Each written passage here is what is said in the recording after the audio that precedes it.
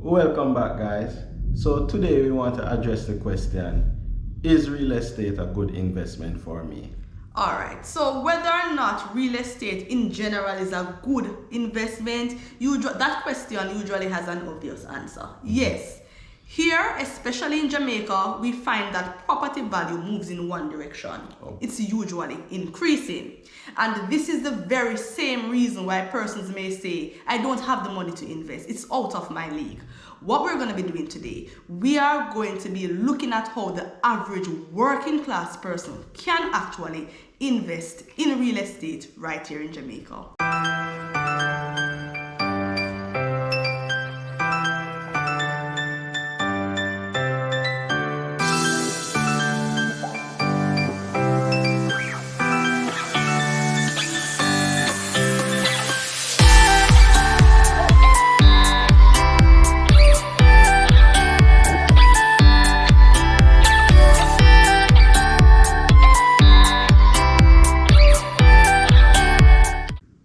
Undeniable that property costs in Jamaica is very expensive, ever increasing.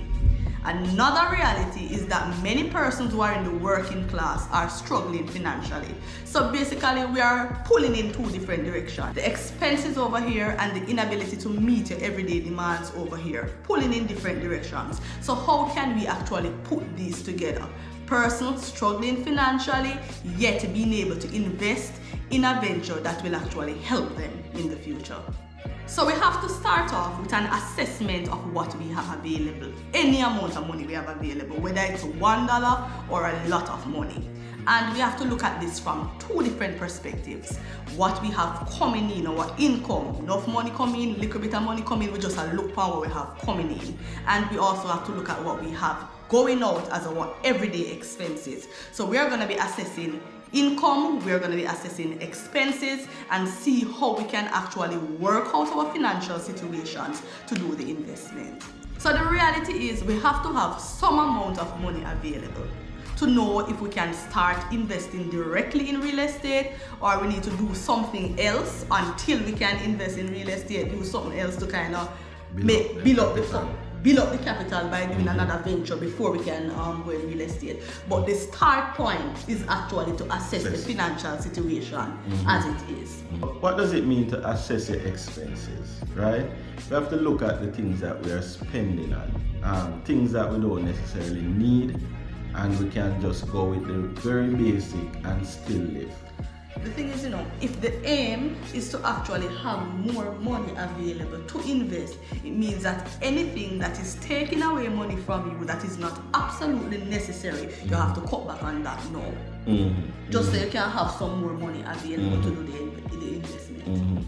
For example, do you need to drive an overly expensive car? Let's use my situation. I'm driving a car, right? And the dealer calls me to say that they want to upgrade the car. So they are proposing to buy back the car from me for a particular amount of money. Now, when I check with how much I owe the bank on that car, the amount the dealer is buying it for is the same amount I owe the bank. So when the dealer buys the car, I literally would pay off the bank and owe the bank nothing. But then I need a newer model. Now, the cost for the newer model from the dealer is 2 times the amount that the bank or that I have left to pay on the car. So when I clear off the first car, go back to zero, now it would mean I'll be taking a new loan, which is 2 times the amount that I owe the bank to get this newer car. Now, I'm not even going to talk about monthly payment, because the monthly payments for both of them will be the same. In fact, the newer one monthly payment is less. But here how this affects you now, because if, say for example, I want to go and buy a piece of land.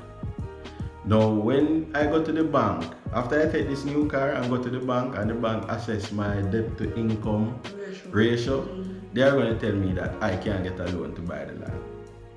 So we have to look at some of these simple things. I mean, the need for a new car, yes, but how does it affect me overall financially? So that's one example of how upgrading to a new car can affect your investing in real estate. The thing about that, a new car for some persons may actually help with their income. Correct. Probably the job or the field that they're in, the new car would help with the income. But if this thing that you're spending on is not contributing to your income, then it probably wouldn't worth it. The same thing about your image. People spend a lot of money ensuring that the image is what makes them feel good, what makes them look good, what makes them comfortable. But what happens some of the time is that we spend so much on the image not really contribute nothing to income, because the field that we are in doesn't really rely on a particular image. We are not models or anything like that. So the field that we work in doesn't rely on image to increase the income. So we waste a lot of money on image, money that we could actually use to invest in real estate and get a better long-term value.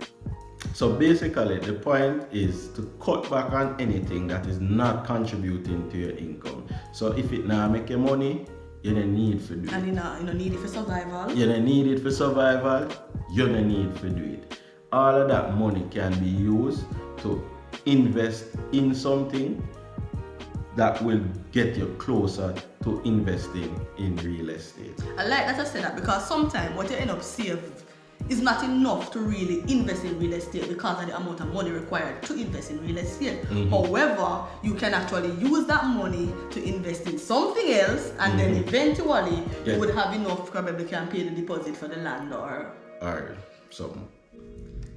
There are some persons who will say, when I assess my expenses, I am only spending on the things that are absolutely necessary. I just pay my rent, I just buy my food, I just pay for transportation. I only have like $100 left or $50 at the end of the month. I don't have any money more. Some persons may say, I don't even bother to do a budget because I know already how stressful my situation be. So nothing do there for me cut back. Nothing do there for me cut back. It is what it is. I can't do anymore. I can't save anymore. For persons like that, you now need to look in the direction of your income, because we can't live a life where we are never able to invest. Because if we're never able to invest in anything, we can't move, we can't grow, we're stuck. Yeah. So what we need to do now, persons like this, you're not wasting, but what you need to do is focus more on your income. You have to get that income at a level where you can have some extra, can put in a something else. To invest. So how do I actually get to increase my income? So first you have to look at qualification, right? You have to look at, am I qualified enough to earn enough to invest? If not, then you may have to try and find a way to either go back to school. Maybe you need to go back to do some more CXCs. Maybe you need to go do another degree. Skills training. You know, art, you can learn to do something. But you have to look at you have to understand if you are qualified to earn. If not, then you may need to go get the qualification needed to earn. So capacity building is very important. You have to be in a position where you can earn. So you have to put yourself in the position where you are actually able, you are qualified to do the job that can allow you to make the money. The other thing, some persons are qualified, but they are stuck in jobs that are not paying them enough because the job is comfortable and they are getting by. Sometimes you have to get out of the comfort zone and you have to actually find something else that will pay you more, or you may need to add another job to what you are doing now so that the income can double up, or you can at least get 50% more than what you are earning now.